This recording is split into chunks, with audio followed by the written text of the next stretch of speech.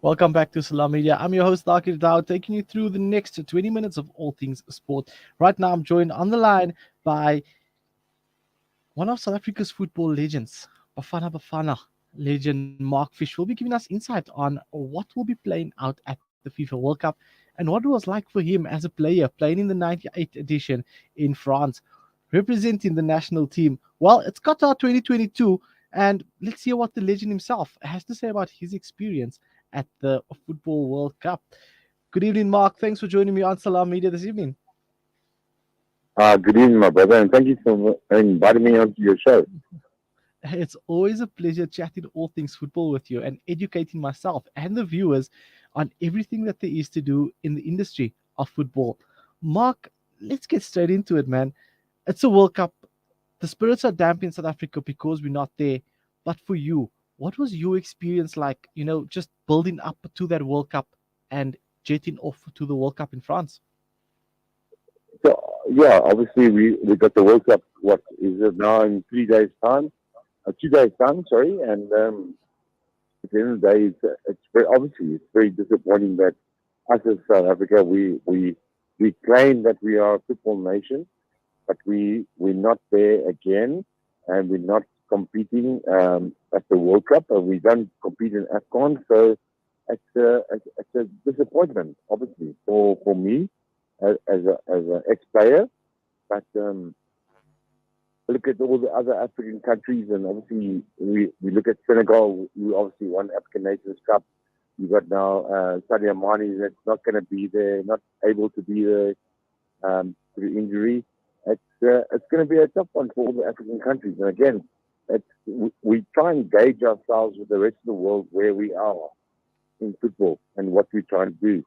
So it's going to be a tough one for all five countries that are representing this continent. And the interesting point that you mentioned, all five countries heading to the Football World Cup, they're all coached by African coaches. Um, and if South Africa had to be there, we would have kind of burst the bubble because we're one of the few nations that's not coached by an African coach.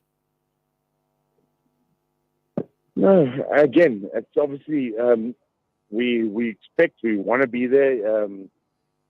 Again, if we look at the obviously this World Cup, it's five African countries. The next World Cup is a little bit more opportunity for the African countries.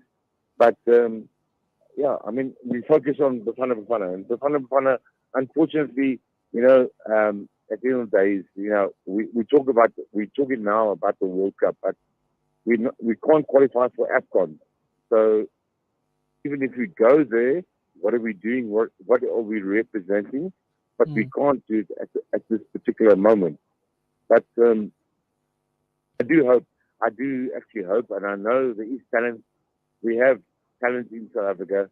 We have the capabilities of qualifying for AFCON and qualifying for World Cups. And what are we trying to do as a football nation, a football loving nation, to make sure that Bafana Bafana is more important than Mamelodi Sundowns, Orlando Pirates, Kaizer Chiefs.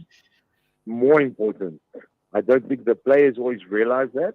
Um, so it's a challenge for us. It's a big challenge. Yeah. No, definitely. It'll be interesting to see what measure will be put in place in order for the clubs to get on board and also work hand in hand with the national team so that we could get the best output for the national team. But I mean, Mark, just going back to the World Cup 1998, your World Cup, when you attended it, what was that experience like for you from the moment you had to jet off to France until the very No, first no, of match? course. Of course, it was a phenomenal experience. As you know, the history, we won the AFCON. Well, sorry. Firstly, we won the Champions League with Atlanta Pirates. Then we won the AFCON, and then we went on to qualify for the World Cup.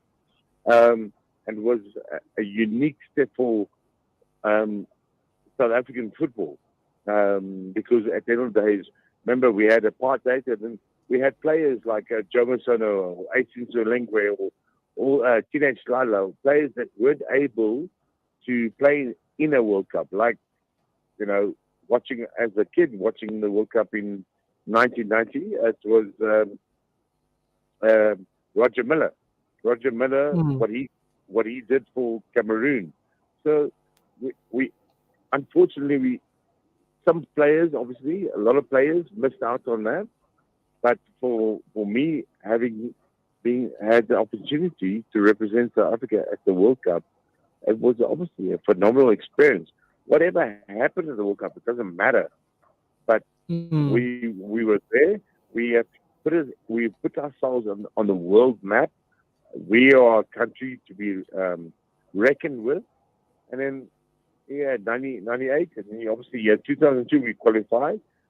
We didn't qualify 26. We qualified 2010 because obviously we With a hosted it. host nation, yeah. 2014 we qualified. 2018 we didn't qualify. 2022 we didn't qualify. So it's, it's a challenge for us in what are we doing to make football right in this country so that we can compete with the rest of the continent. At the end of the day, we are we are fortunate. We have all the facilities. We have we as we know we think we have the PSL that is a league that is well run, well orchestrated, but are we competing with the rest of the continent? Again, Mm. yes, we had Mamelodi Sundowns win the league and they've been winning it for the last 5 seasons. But are they competing on the continent? No, they're not, because they Mm. lose to Petro Luanda, which is from Angola. So the other countries they know what they're trying to achieve. Are we doing the same in trying to achieve to qualify for a World Cup? Do you think that the fact that you've got big hitters like the likes of Mamelodi Sundowns in the league that have two squads, if you want to call it that, with the bulk of South Africa's talent, is actually working to our disadvantage as a country, where rather equally spreading out the teams would work better for the best players in the country getting frequent game time and enough time to harness And their skills on no, the no, pitch? no, no. At the end of the day, you know what? Whatever Mamelodi Sundowns are doing and what Hmm. they're achieving, well done. But are we growing football in South Africa? No, we're not. We we have a team that wins the league all the time for the last 5 seasons, however long. And are they the ones that are showcasing us on the continent? Mm, yes, they are. They won it. They won the Champions League however many years ago, which was probably by default, but they won it. And again, we don't have so our Mm. football in general means we are a place where what are we doing to try and create something that needs to go to a further place? Meaning, how do we as Bafana Bafana qualify for the World Cup? How do we as Bafana Bafana qualify for AFCON? Are we doing it? Are we as ex-players, ex-coaches, or current players, or current owners of clubs? What are we doing to try and make Bafana more relevant than, again, more relevant than Atlanta Pirates, Kaiser Chiefs, Sundown, Supersport, all those teams? Do the players actually realize when you play for your country, you're representing 60 million people? When you play for your club, you're representing 2 million people, whatever. Mm. So, as a federation, as a country of so-called again, football loving country, what are we doing to make a change? And we are actually, unfortunately, not doing enough Mm. to make it happen. Mark, I get you, and you've walked the walk. You can now talk the talk, but I mean, there's officials that are put in place, and are put in positions to make the changes. Do you think that Bafana Bafana, or let's say SAFA as a federation, are helping themselves when not even the national public know when the national team is playing? due to lack of communication. Whereas with your club teams, there's an update, there's press releases, there's everything that's happening timelessly. So we're No, up to no. date So what's happening on the again, club scene. yeah, 100%. So again, as media, our biggest problem is that we have media and we portray ourselves as we've got a team, we've got a country, that's, we don't have, as media, as the federation, and as the players, and as the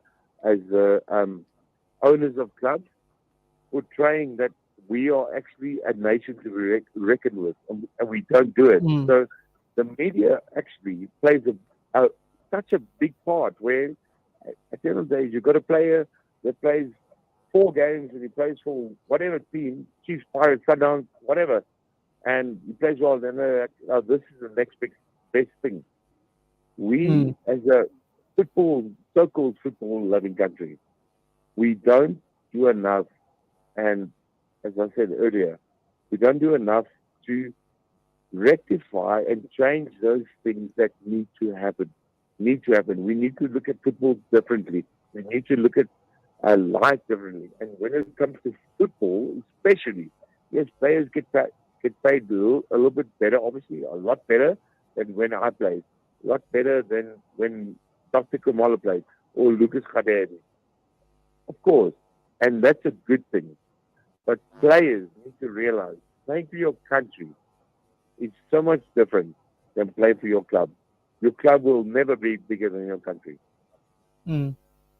It's a valid point that your club will never be bigger than your country, and I think with the big money that you said that's on the line here, and these big checks that are signed, um, would it come down to a sense of security where players don't want to get injured on national camp because it might just hamper Of their course, of course, their money making 100%. career in club football? Sorry. Of course, 100%. That is exactly what's happening. Where, okay, you go to a club, you earn X amount of money, and why? Then you play for your country, and then you're not guaranteed money or this whatever is happening. Of course, that happens, and I understand it. And respect to players, I would never gun players at all. But I'm Mm, talking about football in general. At the end of the day, yeah. is that if that is happening, why is it happening? Why? Unfortunately or fortunately, when I played with Dr. Kamala and Lucas Khadebi and Shoes Mashayo, the late Shoes Mashayo, they played with Chiefs, Pirates, Sundowns. When the fans came to the stadium, it was about South Africa. It wasn't about big clubs. And I understand it's changed a lot. I do. So I do understand our players, as Mm, you just said now, where they don't want to get injured in the national team because when they play in the national team, they're not guaranteed this. I get that. So then our federation, as a football, so-called football-loving federation, need to change and understand they are bigger than any club. But if you're bigger than any club, make sure you're taking care of players, making mm, sure that you don't have to go into a camp and you have to argue about money. Oh, do I get 10,000 rand, 20,000 rand, whatever, or arguing about kits that needs to be there. You, as a federation, make sure what you are doing is right for football because we as football fans, whether you're a player or not, football mm. fans, um, you look to your federation. What are you doing to make sure that football is being done right in your country? And that's the big question. That's the big question that we'll obviously have to find out by the players themselves and find out what has been done. Because I think with the professionalism of sport and obviously um, players now with their bodies being their tools and putting their bodies on the line week in and week out, this is their 9 to 5 job, just like anybody else out there. So I think that those are definitely factors that need to be considered. But I mean, Mark, looking at the World Cup that's taking place in Qatar, who's your money on? I mean, it's a tough competition, 32 Yeah, teams. it's a tough one. I think this World Cup. Sorry, man. I know you're asking me because this World Cup Yeah. is it's actually quite open because there's so many teams that have the possibility of winning the World Cup. But I actually do believe, I think South America, I think Brazil or Argentina, I would like Argentina to be honest because Lionel Messi. But I think Brazil, Argentina, because they need to come back into world football. We had Mm. 2006, which was Italy, Italy, 2010, Spain, Spain. 2014 was Germany in South Yeah, America, 2018 France. So we France. had all the European countries they're winning, they've been winning. Mm. So it's a tough one because I think there's many teams that are capable of winning, but I would like a South American team to win. And just looking at the European team settling in there, the amount of devices that they had at training to cool the players down, I think the conditions will quite favor the South Americans. Argentina's unbeaten run, though. I mean, Mark, to put that together at an international level is just superb. Can this be continued throughout the World Cup? I hope so. Just said Argentina. I hope so. As football fans, we always have the discussion. Ronaldo, Messi. I'm a Messi fan. I will always be a Messi fan. Um, so I would like that for him because I think that if it happens that they win the World Cup, then he's the greatest ever. So, but again, if it's Brazil with Neymar, I do understand, and Joseph and Mm. all the fantastic individual players that they do have, I do understand. But for me, I think, as you said, South American country, they need to step up now, and I think this might be their time. Well, it's going to be interesting. Only time can tell, Mark. We're going to hold you to that once the tournament does go to an end. We will be calling on you Don't again to hold me see. to that. Don't hold me to that. Please don't. Well, I it's loud and do proud think for the public to hear, so we're going to have to see how this one okay. unfolds. But I definitely think that Argentina stand quite a good chance with the bookies and everything going their way, and Mark as well. But look, that's all we have time for this evening. Unfortunately, Mark, I mean, this conversation could go on for days. It's amazing always tapping into your brain and the way you look at football. It's so different to many of us South Africans. And thank you Thank so you much so for much, your my time. friend. Always Thank you appreciate it. for Looking forward having to me on chatting your to you show, soon. and Eh? I appreciate it so much.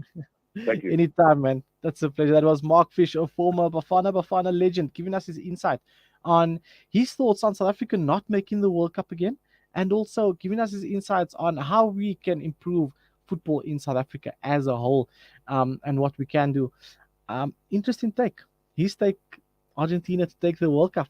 Who's your money on? Are you going to put a team next to your name for this World Cup? Well, let's hope and find out. Drop a comment in the comment section below, and let's keep you to that. And at the end of the tournament, we'll definitely be looking at that list and seeing who came the closest to selecting the winning team. But it's a pleasure every Friday. It's always amazing chatting all things of football and sports and just getting everybody revved up for the weekend on Friday Night Sports with myself. But look, it's good. It has, all good things have to come to an end. And this evening, we're going to have to call it a night from myself and the team here. It's been amazing chatting to the viewers, the listeners, getting obviously Lwazi and Gukama's insights on what it took to design a football jersey and how he entered a competition, and through that he's now going to be seeing his design on our national team when they do represent the country. And then later on, we wrap the show up with Mark Fish giving us his insight on the World Cup and everything happening locally and what he thinks of the local football scene. Interesting take. But from myself, Thakir Dawood, and the team at the back, we really appreciate everybody for tuning in. And we're going to call it a night, and we hope to see you next week, same time, same place. Assalamu alaikum wa rahmatullahi wa barakatuh.